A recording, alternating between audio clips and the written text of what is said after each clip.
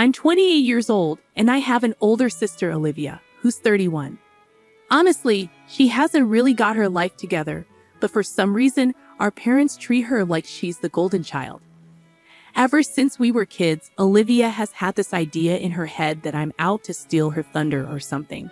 Because of that, she's pretty much dedicated her life to one-upping me in everything. Let me break it down for you. It's not just the typical brother-sister rivalry where you might argue over who gets the last piece of cake or something. This goes way deeper. If I decided to learn something new and cool like archery, the next thing I know, Olivia is strutting around school with her own bow and arrows, telling everyone she's into archery too. And it didn't stop at hobbies. If I ever mentioned in my diary that I liked a guy, bam, she'd be all over him the very next day, flirting like there was no tomorrow. And it wasn't just about boys and hobbies. Even when I decided to eat healthier and exercise more, Olivia would suddenly become all about that healthy life as well, copying my diet and workout routine to a T. It was like whatever I did, she had to do it too. But not in a fun, let's share interests kind of way. More like, I've got to do everything you do and be in all your friend groups. So yeah, if I made a new friend, you could bet Olivia would be right there trying to become their best friend too. So here's the thing. Olivia had this habit of copying me to the point where it felt like she was always trying to be better than me at everything I did. This whole copycat game started to really bug me because it felt like I couldn't have anything that was just mine. I tried talking to my parents about how much this bothered me, but they didn't get it. They would just say stuff like, "Oh, sisters copy each other all the time. It's normal." And they made it seem like I was being silly for wanting to keep some of my interests just to myself. But the real problem wasn't about copying. It was about how I felt like I couldn't have my own space to enjoy the things I liked without Olivia turning it into some sort of competition. It wasn't fun for me. I didn't want to be in a constant battle over who could do something better. I just wanted to chill and do my thing. But Olivia always had to make everything into this big deal where she had to outdo me. To make things even more annoying, it seemed like my parents were always cheering for Olivia, even when I was the one who really cared about whatever we were doing. They would never miss any event or thing Olivia was part of, even if it meant taking time off work. But when it was my turn, suddenly their schedules were too packed, and my stuff didn't seem to matter as much to them. It felt like they were always making a bigger fuss over her achievements and kind of just brushing mine aside. All right, let me tell you how Olivia enjoyed being the center of attention all the time. She used every chance she got to rub it in my face how much our parents seemed to favor her over me. She'd whisper mean things to me when we were near our parents, and if I showed any sign of getting upset, she'd act all innocent, pretending she didn't know why I was bothered. But when we were alone, she'd be even meaner, telling me I should just disappear because nobody would even notice I was gone. Olivia would also tell me to stop being sad about always being in second place to her in everything. But her mean behavior didn't stop with just words. She actually bullied me physically at school a bunch of times. She'd do things like trip me on purpose where everyone could see or hit me, then say it was just a dare from her friends. When my teachers noticed what was happening, they called in my parents to talk about it. They were so serious, they even mentioned suspending me. My parents would tell the school that this was just sibling stuff, and they deal with it at home. But at home, Olivia would twist the story, making it seem like. From the beginning, it seemed like I was the troublemaker, and Olivia's reactions were a result of my actions. Olivia had a talent for turning everything upside down, especially when it involved me. Our parents, bless their hearts, seemed to have blinders on whenever Olivia was involved. Even when she did something outrageously mean, they turned a blind eye. If ever they came close to questioning her actions, Olivia could turn on the waterworks like nobody's business. She'd sob and claim that I was fabricating tales out of sheer jealousy. Unfortunately, this defense worked every single time. My friends, who were true troopers through all of this, began calling Olivia out on her nasty behavior towards me. This seemed to be the cue for Olivia to kick things up a notch. She started concocting elaborate stories complete with self-inflicted bruises or strategically placed bandages. Olivia then went around telling everyone that these were the results of my supposed attacks on her. Trying to defend myself against Olivia's web of lies felt like trying to climb a mountain with no gear. She was relentless, weaving her tales to anyone who listened. Anyone I'd ever spoken to, laughed with, or dared to develop a crush on. Her aim was to make them see me through her twisted lens. The result? My high school experience was less about learning and growing, and more about surviving Olivia's campaign of terror. Just when I thought it couldn't get worse, it did. After Olivia finished high school and took a gap year due to low grades for college admission, I was ready to start my own college journey. Through hard work and maybe a sprinkle of luck, I landed enough scholarships to cover my tuition.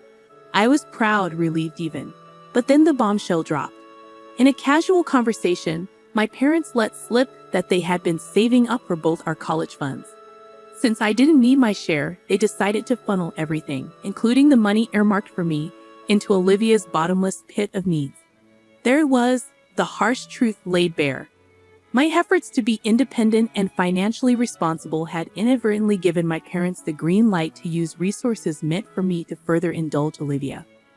It was a revelation that stung more than I cared to admit, a stark reminder of the imbalance that had colored our sibling rivalry and my parents' favoritism from the start.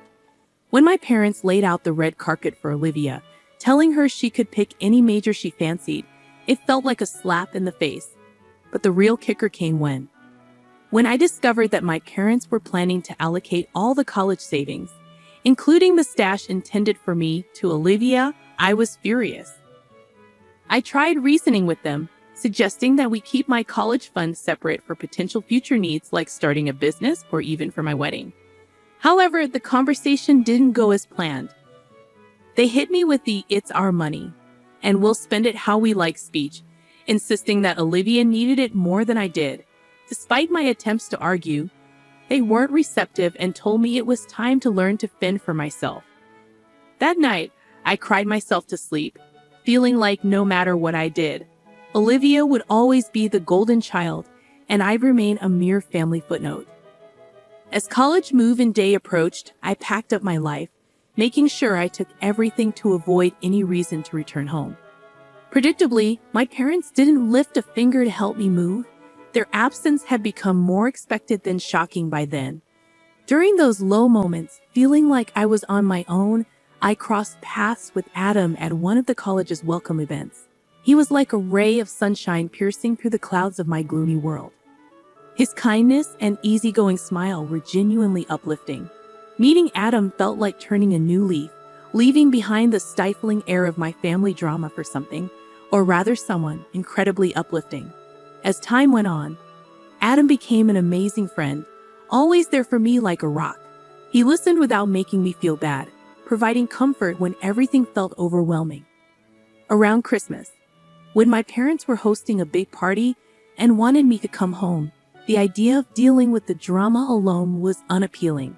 So I decided to bring Adam along, thinking it would be the perfect time for my family to meet him. I informed my folks in advance, letting them know that Adam and I would stay in our own space but join everyone for the big dinner. When we showed up, I could tell my parents were taken aback to see Adam. Their old-school views led to snap judgments based on appearances. But I was prepared. I had filled Adam in on my family, and he charmed everyone with his usual charisma, even catching my mom off guard with a bouquet of flowers. That night, Adam became the star of the show, dropping clever jokes and being his awesome self. He won everyone over with his friendliness, making a sweet speech thanking my parents for letting him join our family gathering. It was cool to see my cousins jokingly ask if he had any brothers, and I was genuinely glad to witness everyone taking to my boyfriend so well. However, I couldn't help but notice Olivia looking extremely annoyed, brewing in her own anger as the evening progressed. Olivia started drinking excessively and whispered things to some of our relatives. It was evident that she wasn't happy about Adam being there and seemed to be plotting something. Right in the middle of dinner, she blurted out loudly, asking me if Adam and I were serious. The sudden question made everyone stop and look at us. Without hesitation, I grabbed Adam's hand and affirmed that we were indeed serious about each other. However, Olivia, with a smug look on her face, suggested that maybe I should consider being with someone who fits our family's traditions better, implying that Adam wasn't a good match because he was different. Her comment was not only rude but also racist, making many people at the dinner feel uncomfortable due to her openly judgmental behavior. Trying to act sneaky, Olivia suggested that I should think about how different our cultures were, essentially implying that I should be with someone who aligns better with our family's way of doing things. Hearing her say that infuriated me, and I was about to let her have it. However, Adam, who didn't seem bothered by her mean words, just smiled and calmly told her that he's as American as anyone else in the room because he was born here. He shared that his great-grandparents came to America a long time ago, and that his family has always taught him to respect all different cultures and beliefs. While I was upset that Adam had to defend himself to my family, the way he handled Olivia's nasty remarks only strengthened my certainty that he was the perfect guy for me. After Adam stood up for himself, nobody was thinking too highly of Olivia. People didn't appreciate how she tried to call out my boyfriend in front of everyone. For the rest of the evening, Olivia sat by herself, looking angry and sipping on her drink. Especially after we all went back to college, I was so fed up with her behavior that I sent her a lengthy text, expressing my embarrassment to call her my sister and hoping she would stay out of my life. I didn't even want people to know we were related. She responded with a short text that simply said, "Same here, since that big argument." I haven't spoken to Olivia at all.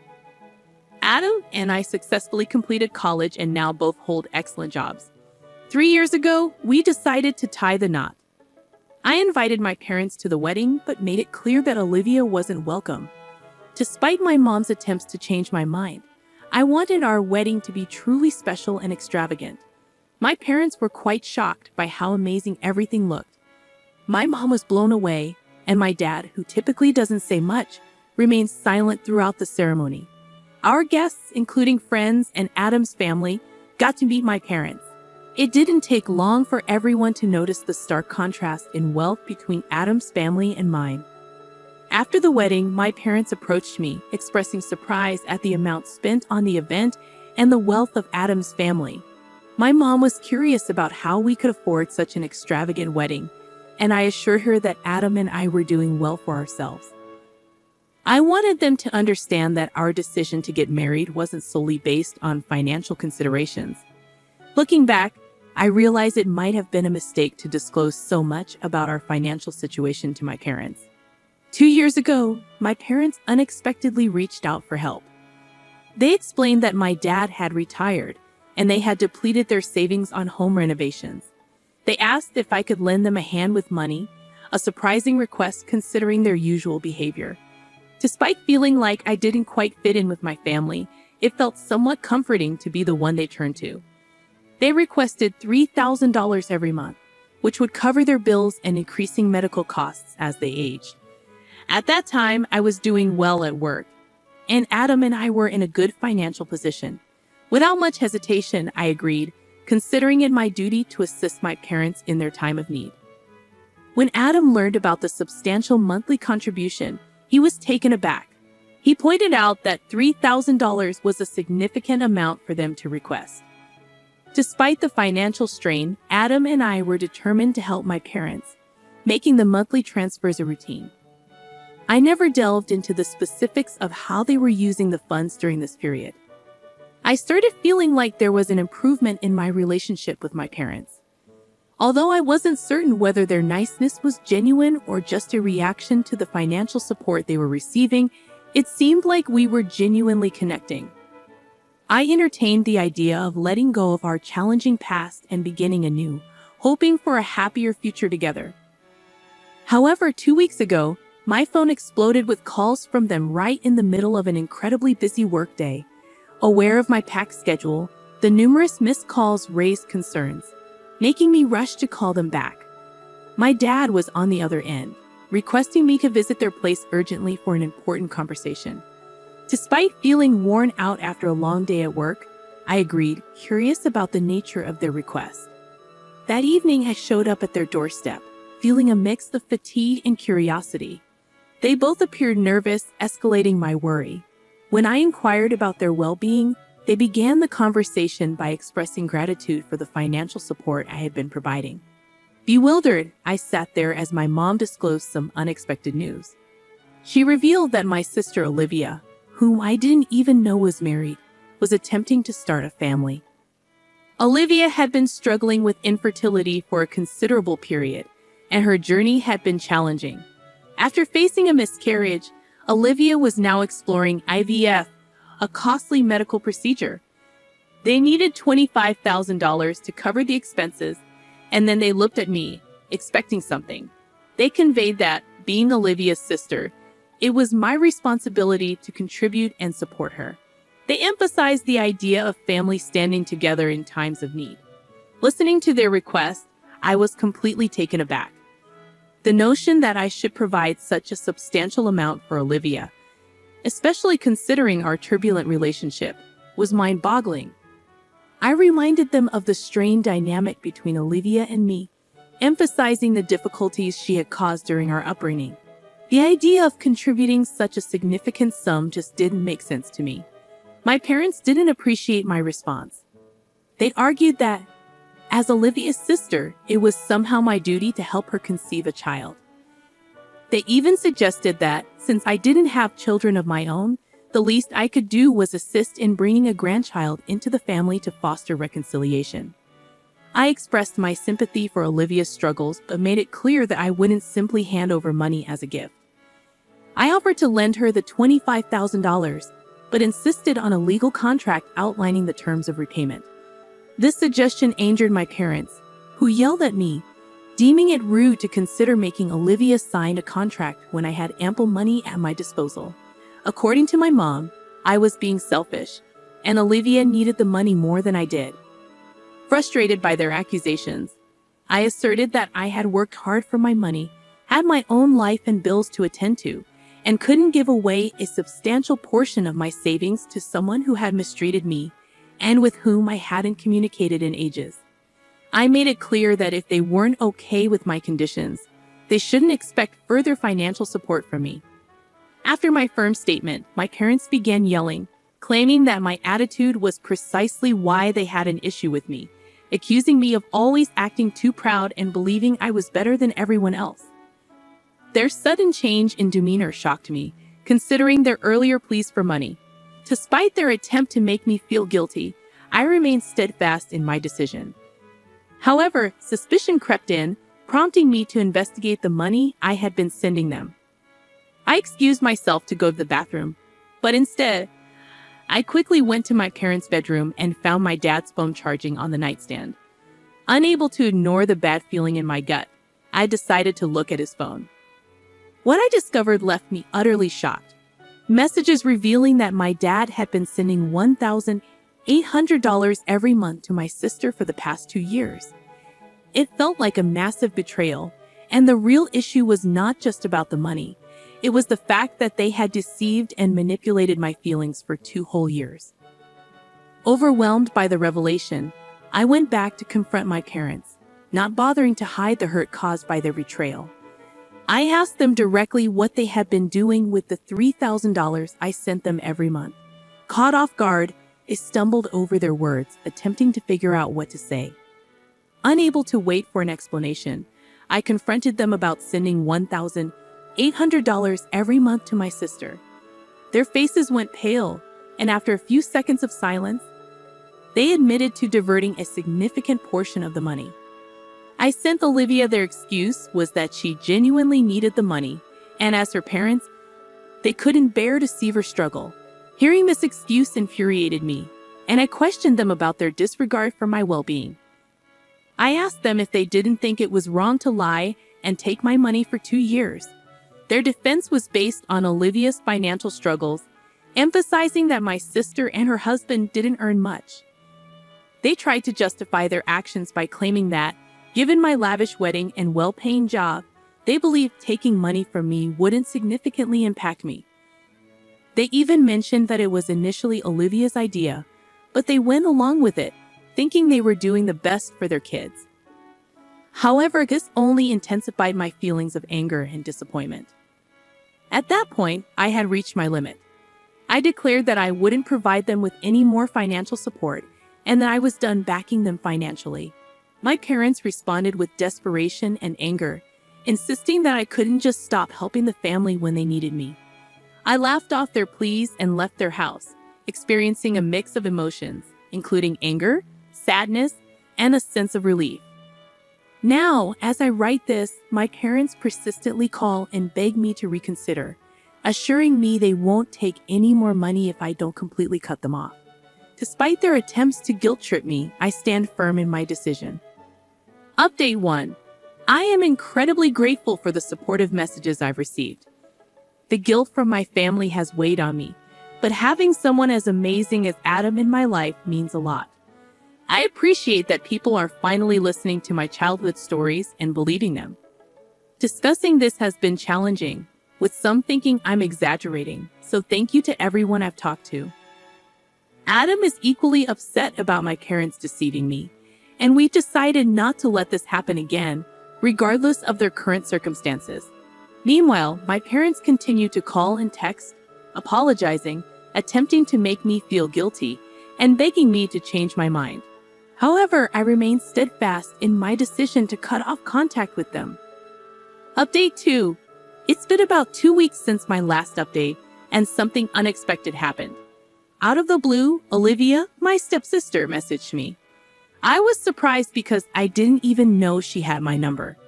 Instead of apologizing, she sent me a mean and lengthy text, calling me selfish and childish, expressing her long-standing dislike for me. She even went so far as to label me a gold digger, making baseless accusations. Olivia claimed that I only married Adam for his money and insisted that I should share my wealth with our family because, well, we're family. She expressed regret for not being meaner to me during our childhood, hoping that it would have left a lasting impression on me. Reading her hurtful words brought back all the negative memories from my past, and I couldn't help but cry. When I showed Adam the message, he became furious and decided to take matters into his own hands. Adam initiated a group chat on Messenger with my parents, Olivia, and several relatives and cousins. He shared screenshots of Olivia's message and exposed the lies my parents and Olivia had been telling me for the past 2 years, including the bullying I endured during our childhood. The revelation sparked an intense response from our relatives, who were shocked by my parents' actions and appalled by Olivia's deceitfulness. In subsequent calls with family members, I disclosed more details about how my parents were diverting $1,800 every month to Olivia from the funds I believe were intended for them. The pressure from our relatives embarrassed my parents, who reached out, pleading with me to delete the group chat and pretend it never happened. However, Adam stood firm, refusing to let them off the hook. He warned them that any attempt to ask us for money again would result in legal action, hiring the best lawyers to take them to court.